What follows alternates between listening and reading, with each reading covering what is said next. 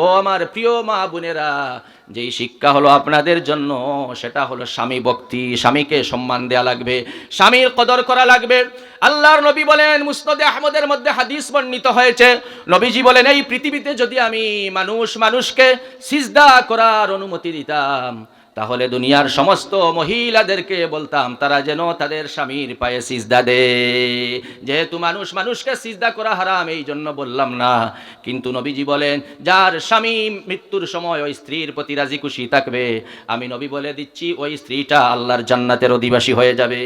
সুবহানাল্লাহ। কিন্তু স্বামীরা অনেক সময় স্ত্রীর প্রতি জালেম হয়ে যায়, মারধর করে, বকাঝকা করে, ওর মা তুলে বাপ তুলে গালাগালি করে না।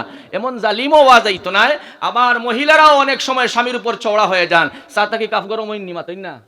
ওই দেন না নি, দেখা যায় যে আপনার রোদের চাইতে ভালি গরম, মহিলাও দেখা যায় যে জামাইয়ের উপরে কথার উপরে তর্ক করেন। কিন্তু রাসূল করিম সাল্লাল্লাহু আলাইহি ওয়াসাল্লামের বিবিদের মধ্যে আর রাসূলের মধ্যে এমন সম্পর্ক ছিল, নবীজি খাদিজাকে বলছেন, খাদিজার ব্যাপারে আল্লাহ রাসূল বলছেন, ইন্নী কাদ রুজিকতু হুব্বাহা, খাদিজার মহব্বত আল্লাহ পাক আমার কলিজার ভিতরে রিজিক হিসাবে দান করেছেন। সুবহানাল্লাহ।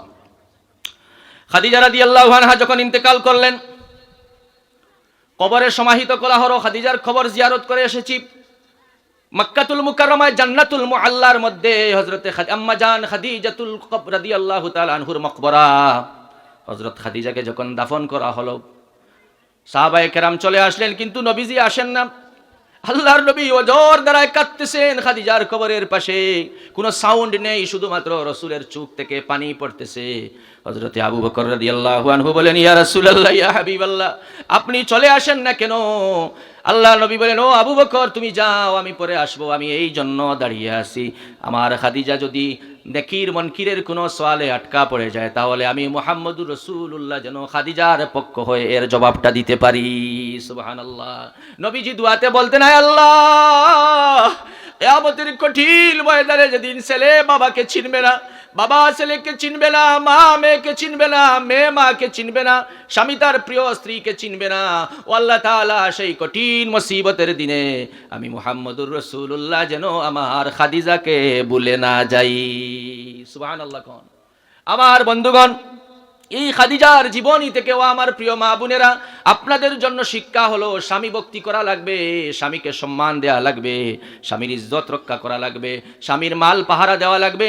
স্বামীর অনুমতি ছাড়া কোনো জিনিস আপনি নিতে পারবেন না আপনার ফ্যামিলি থেকে। হ্যাঁ, ঠিক আছে, স্বামীও আপনার জন্য খরচ করবে, আপনাকে স্বামী নিয়ে এসেছেন, মৃত্যু পর্যন্ত ভরণ পোষণের সব দায়িত্ব স্বামীর কাঁধের উপর বর্তাবে।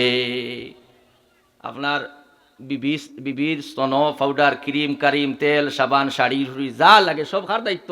আপনার দায়িত্ব। ওর বাড়িতে কি কোনটা চাইয়া না যাইতো না। যদি বিয়ার সময় কিচ্ছু চাইন, তাহলে এটা যৌতুক। কুকুরের পায়খানা খাওয়া জেলা হারাম, এটাও কিটা এর চাইতে আরো ডাবল হারাম। ডাবল হারাম খেনে বলে, একটা হইল গিয়া যৌতুক হিসাবে হারাম, আর একটা হইল গিয়ে জুলুম করিয়া যে আনছেন, এটা দুইটা হারাম।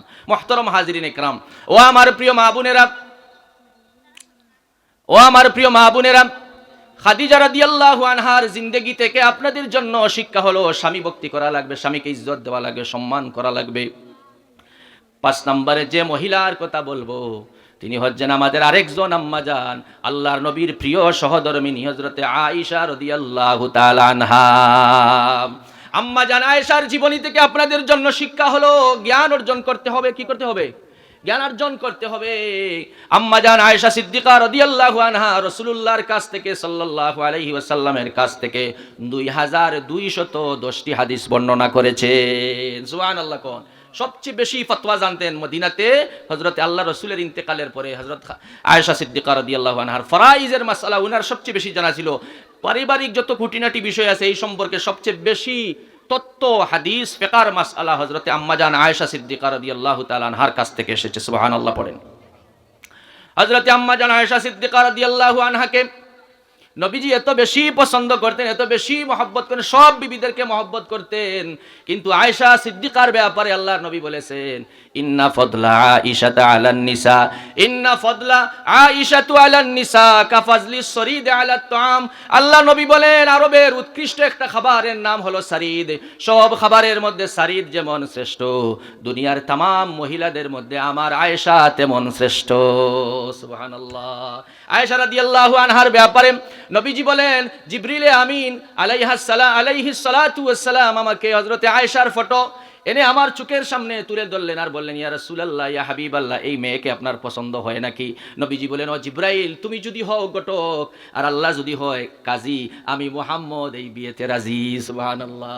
নবীজি বলেন, আমাকে আয়েশা রাদিয়াল্লাহু তাআলা আনহাকে আমার স্বপ্নের মধ্যে আমাকে 3 বার দেখানো হয়েছে। কে দেখিয়েছেন? আল্লাহ। কে দেখিয়েছেন? আল্লাহ। নবীজি বললেন, উনি কে? তখন জিবরিল আমিন বললেন, ওগো আল্লাহর নবী, ইনি তো হচ্ছেন আপনার বন্ধু, আপনার সাহাবী হযরতে আবু বকরের কন্যা আয়েশা রাদিয়াল্লাহু আনহা। হযরতে আয়েশার সাথেও রাসূলের কুনটুসি হতো। স্বামী স্ত্রীর মধ্যে অনেক সময় ঝগড়া লাগে, এটা লাগবে, কারণ পেটের খিদা না থাকলে বিরিয়ানির মজা বুঝা যাইবনি। ওকা পানির যদি আপনার পিয়াস না থাকে, পিপাসা না থাকে, তাহলে একবারে লেবু দি শরবত যদি আইসালা পানি দিয়ে আনিয়া দিন, আপনার পানির পিপাসার মজা লাগবো নি? লাগতো না। মুহতারাম হাজিরিনে কেরাম, এর লাগি সামান্য কুনটুসি না হলে ভালোবাসা কি জিনিস এটাও বোঝা যাবে না। আয়েশা রাদিয়াল্লাহু আনহার সাথে নবী আলাইহিস সালাতু ওয়াস সালাম মাঝে মাঝে আল্লাহর নবী আয়েশাকে রসিকতা করে বলতেন, ও আয়েশা, তুমি কোন সময় আমার উপরে রাগ করো আমি বুঝি, আর কোন সময় তুমি আমার উপরে খুশি থাকো তাও আমি বুঝি। আয়েশা বলেন, কিভাবে বুঝেন? আল্লাহ নবী বলেন, ও আয়েশা, যে সময় তুমি আমার উপরে রাগ করো তখন আমি মুহাম্মদের নামটাই তুমি মুখে নেও না, তখন দুয়াতে তুমি বলো, ও ইব্রাহিমের আল্লাহ, তুমি আমার প্রতি রহম করো। সুবহানাল্লাহ। আর যে সময় তুমি আমার প্রতি খুশি থাকো তখন বলো, আয় আল্লাহ, ও মুহাম্মদের আল্লাহ, তুমি আমাদের প্রতি দয়া করেন, মেহেরবানি করেন, আমি নবী বুঝি তুমি তখন আমার উপরে রাজি আর খুশি আছো। সুবহানাল্লাহ। হযরতে আয়েশা বলেন, ইয়া রাসূলুল্লাহ, ইয়া হাবিবাল্লাহ, গো নবীজি, যদিও আপনি আমার মুখ দিয়ে আপনার নামটা উচ্চারণ করি না, কিন্তু ইয়া রাসূলুল্লাহ, অন্তর থেকে কোনো দিন আপনাকে আমি বলতে পারি না। সুবহানাল্লাহ, সুবহানাল্লাহ। ও আমার প্রিয় মা বোনেরা, হযরতে আয়েশা সিদ্দিকা রাদিয়াল্লাহু আনহার জীবনী থেকে আপনাদের জন্য শিক্ষা হলো, জ্ঞান অর্জন করতে হবে। তিনি অনেক জ্ঞানী ছিলেন, জ্ঞানের পাণ্ডিত্য অর্জন করেছিলেন আম্মাজান আয়েশা সিদ্দিকা রাদিয়াল্লাহু তাআলা আনহা। 6 নম্বরে যে মহিলার জীবনী আপনাদেরকে অনুকরণ করতে বলবো, তিনি হচ্ছেন আমাদের প্রিয় নবী জনাবে মুহাম্মদুর রাসূলুল্লাহ সাল্লাল্লাহু আলাইহি ওয়াসাল্লামের কলিজার টুকরা নয়নের পুতুলি মা ফাতিমাতুজ জাহরা রাদিয়াল্লাহু তাআলা আনহা। আল্লাহর রাসূলের প্রিয় কলিজার টুকরা মেয়ে হযরতে ফাতেমা রাদিয়াল্লাহু আনহার জীবনী আপনারা ফলো করবেন। তার জীবনী থেকে আপনাদের জন্য শিক্ষা হলো পর্দা। সুবহানাল্লাহ। কি জিনিস বলেন? পর্দা। আল্লাহর নবী ফাতেমার বিবাহের প্রস্তাব দিলেন, হযরতে আলী প্রস্তাব পাঠালেন ফাতেমাকে বিয়ে করার জন্য। নবীজি ফাতেমাকে বললেন, ও ফাতেমা, আলী বিয়ের প্রস্তাব পাঠিয়েছেন, তুমি কি রাজি? হযরতে ফাতেমা কিছু বলেন না, মুস্কি মুস্কি হাসেন। নবীজি বললেন, ফাতেমা বিয়েতে রাজি। আল্লাহর নবী আলীর সাথে ফাতেমার বিয়ে পড়িয়ে দিলেন।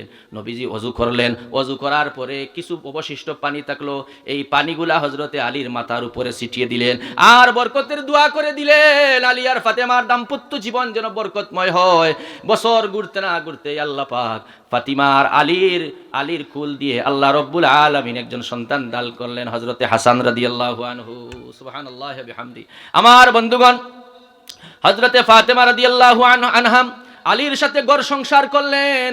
শেষ জীবনে যখন তিনি ইন্তেকাল করবেন, আলীকে বলেন, ও আলী, আমি আমার বাবা বলে গিয়েছেন, আমার আহলে বায়তের মধ্য থেকে সর্বপ্রথম আমি নাকি আমার বাবার সাথে দেখা করব, তার মানে আমার আহলে বায়তের মধ্য থেকে আমি প্রথম মৃত্যুবরণ করব।